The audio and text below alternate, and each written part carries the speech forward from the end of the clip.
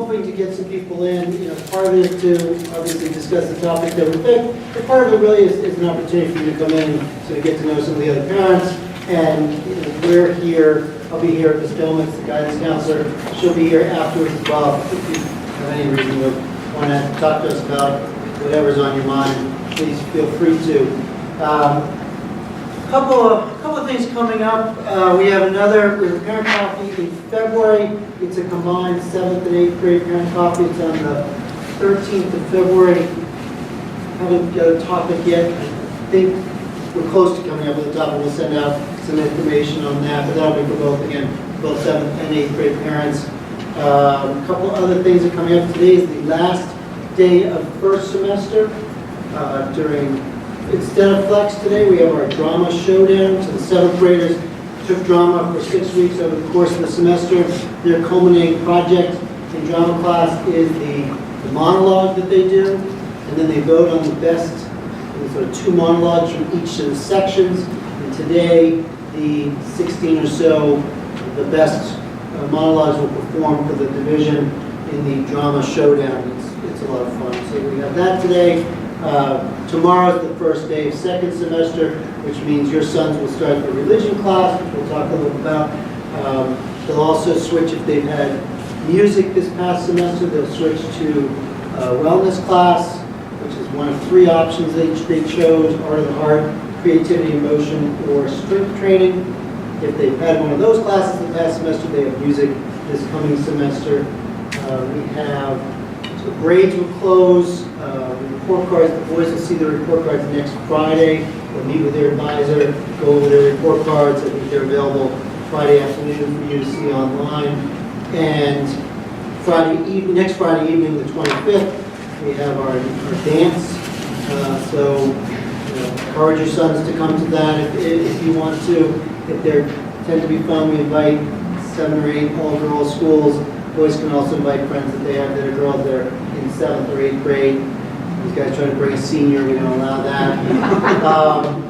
And again, the dances are fun, and really it's an opportunity for your sons to hang out with their friends here.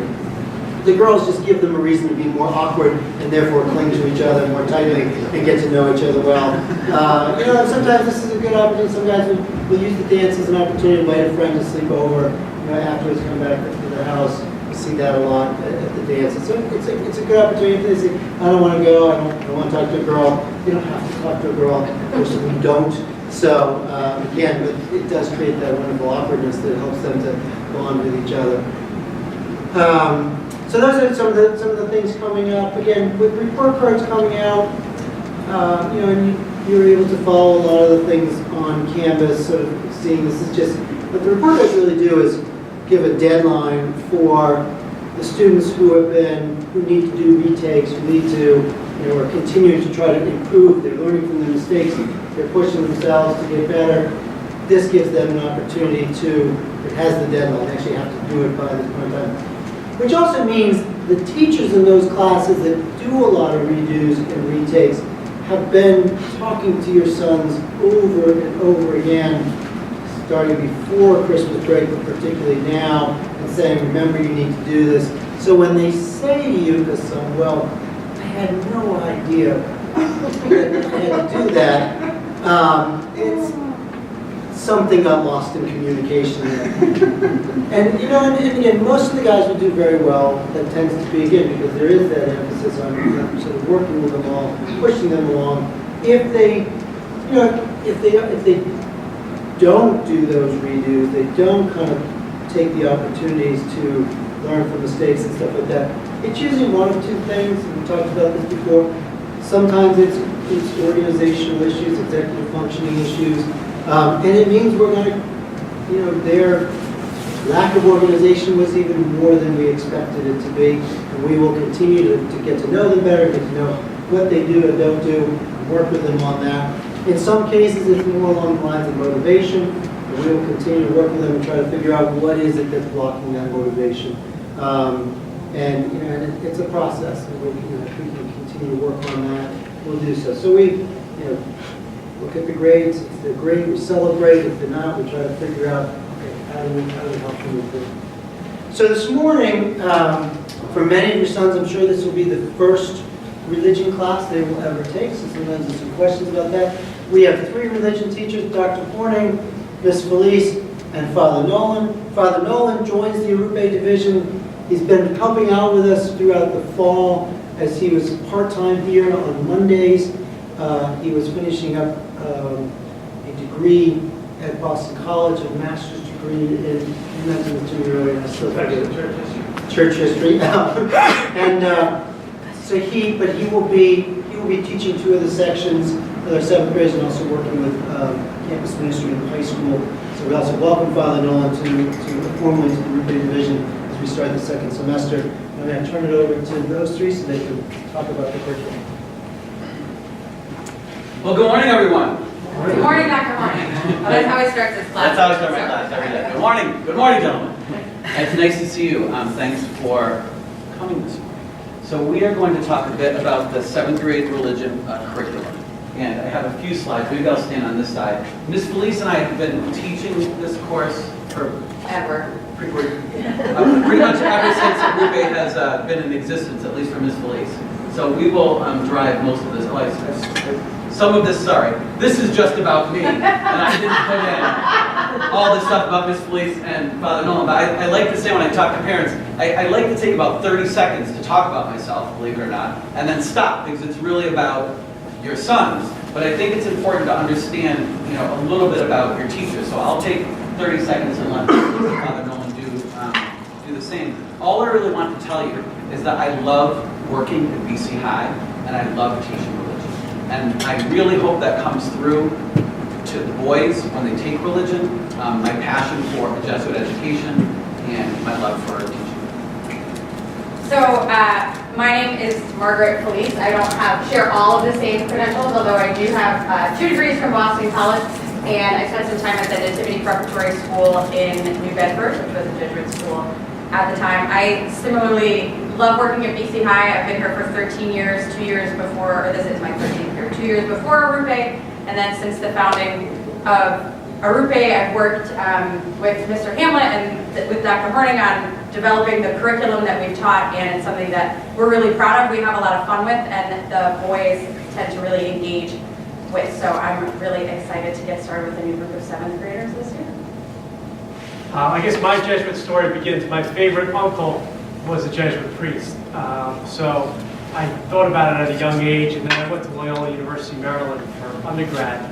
And I really admired the professors there and how they really cared for us, and they were more than just professors, that they gave good homilies, that they went to our games, those sorts of things.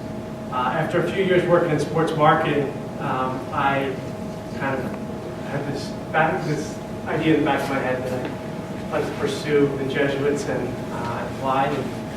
I've been a Jesuit for 10 years, and throughout that time I've taught in the Pacific Islands at a high school and a middle school, and I taught a day a week the last 3 years at Nativity Prep Middle School in Jamaica Plain. So it's great to be here as part of the campus ministry team, and especially to be in the classroom teaching with 2 great mentors here. So thank you.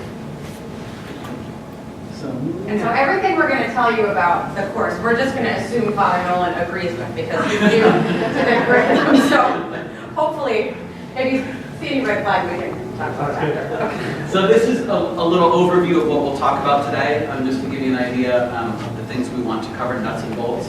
Don't be overwhelmed by the long list here. Should take about 10. So to start, we'll start with the course content and philosophy. And Ms. Felice and I will go back and forth, but one of the first things I'd like to say to parents as we start this course is 2 things. One, this is really a 2-year experience for the boys. So they're starting their religion class now, 2nd semester, as 7th graders, and then they will have another semester, first semester in 8th grade. So it's sort of like a year-long course that continues. So we'll do about 1,000 years of church history in a semester, believe it or not, and then up to the modern church in 8th grade. But the language that we like to use for parents, one of the goals is really for the boys to become religiously and culturally competent. I wouldn't say that to a 7th grader, but one of many goals is that the boys start to understand what does it mean to be Let's talk about religion in general. What does it mean to be a person that has a religious faith? What does it mean to be a person that understands other cultures and how religions interact? That's one component. And then, of course, the other very important component is that we are a Jesuit Catholic school and that we're teaching about the development and the history of the Catholic Church with a focus on Jesuit spirituality. Most of you have probably heard your son talking about Manresa, which is a requirement each semester to do some spiritual formation activities. So they've already started exploring some of the sort of menu of spirituality that we try to provide the boys with, like trying all sorts of different things to grow spiritually, so that by the time they're done at BC High, they have an idea of what works for them in terms of growing closer to God, exploring their own spiritual lives. And we do try to integrate that into the course, and that's one of the great things about a church history course is that we are going through the development of many of these different things. So we can talk about the sacraments when we get to the development of the sacraments, and we can talk about the works of mercy when we talk about the life of Jesus. So there are all these entry points into the church history curriculum, which we try to use as avenues towards integrating spirituality into our course. Just a word about the curriculum in general.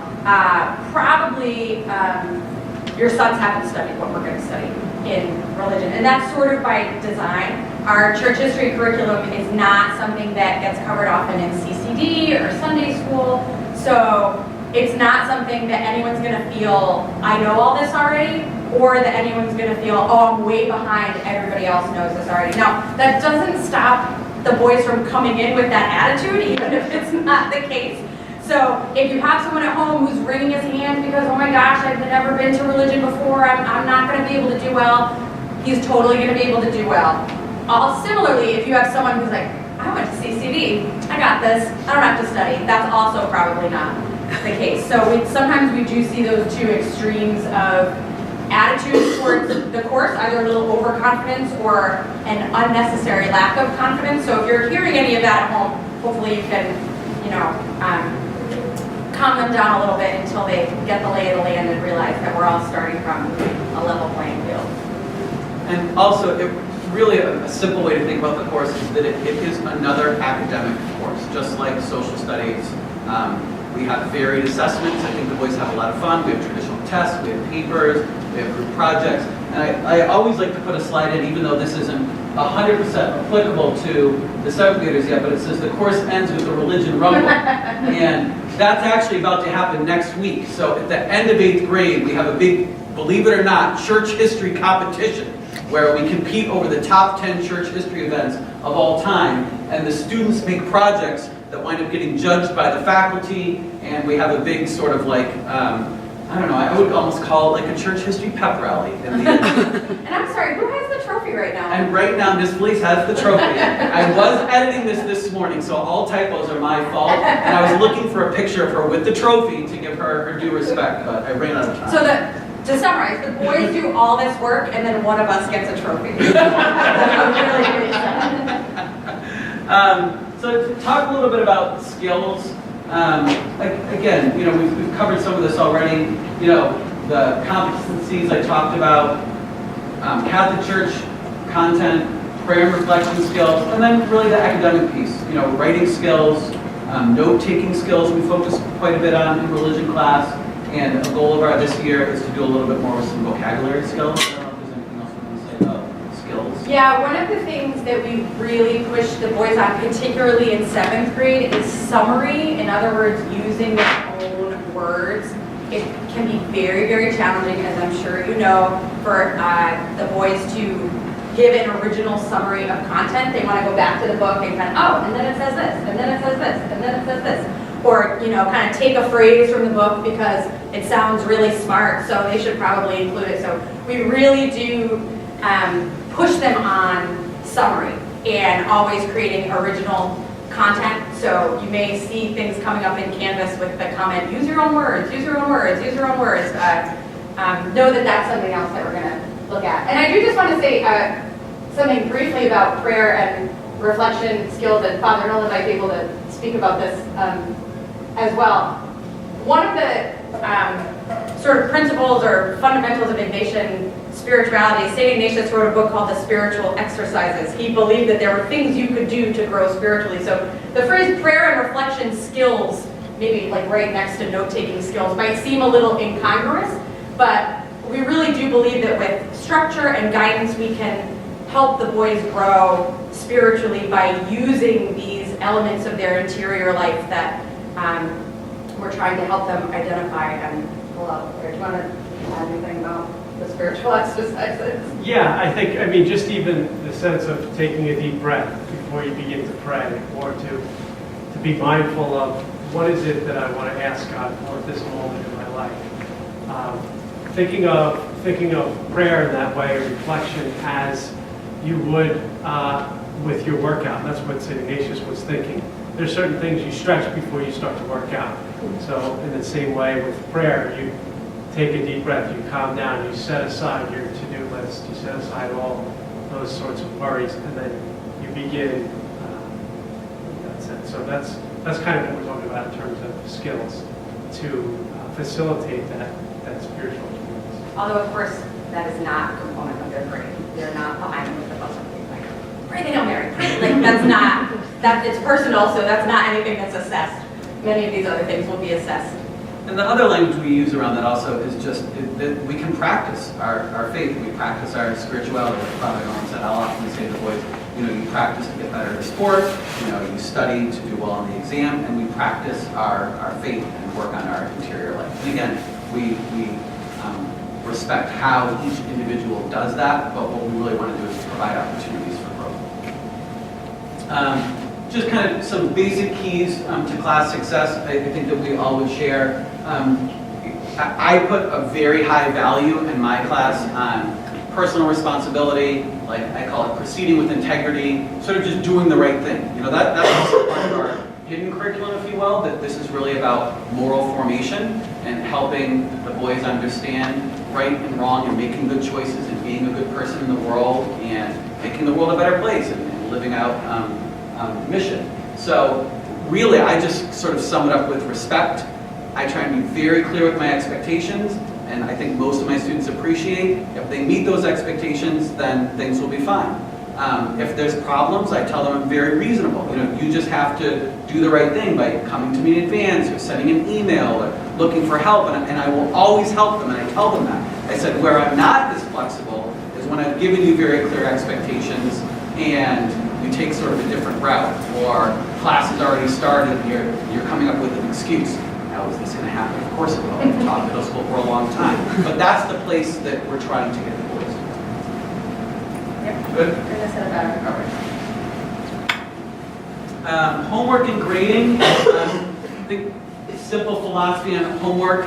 It's meaningful. It supports the work that we're doing in class. We do, you will probably hear about journal writing, which is basically a reflective type of homework that's helping them make connections with the classroom content to the world. And again, it's not a research project.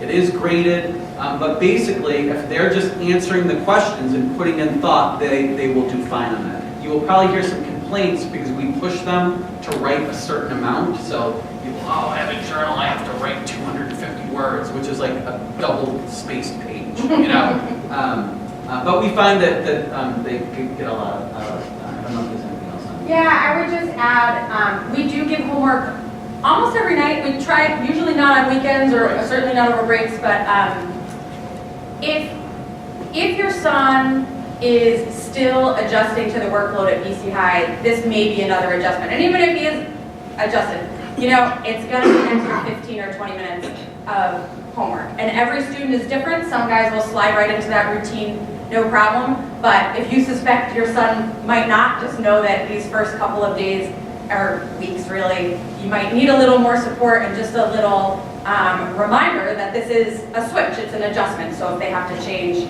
a routine or a habit or make a little tweak here or there, that might be necessary. So we always try to, and we'll remind the boys of all this on the first day of class. You have another class now that probably has more homework than your previous classes. I don't think drama art and health give homework every night. So Not the type of homework. This is going to be more traditional study for quizzes and reading and writing. In grading, most of you are probably familiar with, we just use the total point system where you add up assessments, quizzes, or a certain number of points, and that is your average versus standards-based or other models. It's probably the most straightforward, simple grading system. Technology, many of the seventh graders who are used to this, we do rely pretty heavily most of the time on the iPad in religion. We use a couple main iBooks actually that Ms. Felice has written based on the work we've done over the years, as well as some Kindle books. And there still will be some paper assignments, but we're probably 80 to 90% on the iPad, with the exception of a technology-free Friday at times. Yeah, so just a couple practical things. We will ask the students to have a folder that is dedicated to religion. So it might be an individual folder, it might be a section in an accordion folder, kind of depending on what they have. So we'll mention this when we see them tomorrow in class, and hopefully they can have it by Friday if that's something that's available to them. There was one other thing I was doing. Oh, the Kindle books were purchased over the summer. If you purchased all your books over the summer when you got this bundle, they're on Amazon, so the students will need to be logged in probably to your Amazon account. Usually they're on the parents' account on their Kindle app. Most students are still logged in from the summer, but if their iPad got wiped or restarted or they had to get a new iPad, you might just need to log them in again. And because of that, we try to give them a day's warning before we're going to use the book. So if they are logged out, when they're home that night, they can get logged in.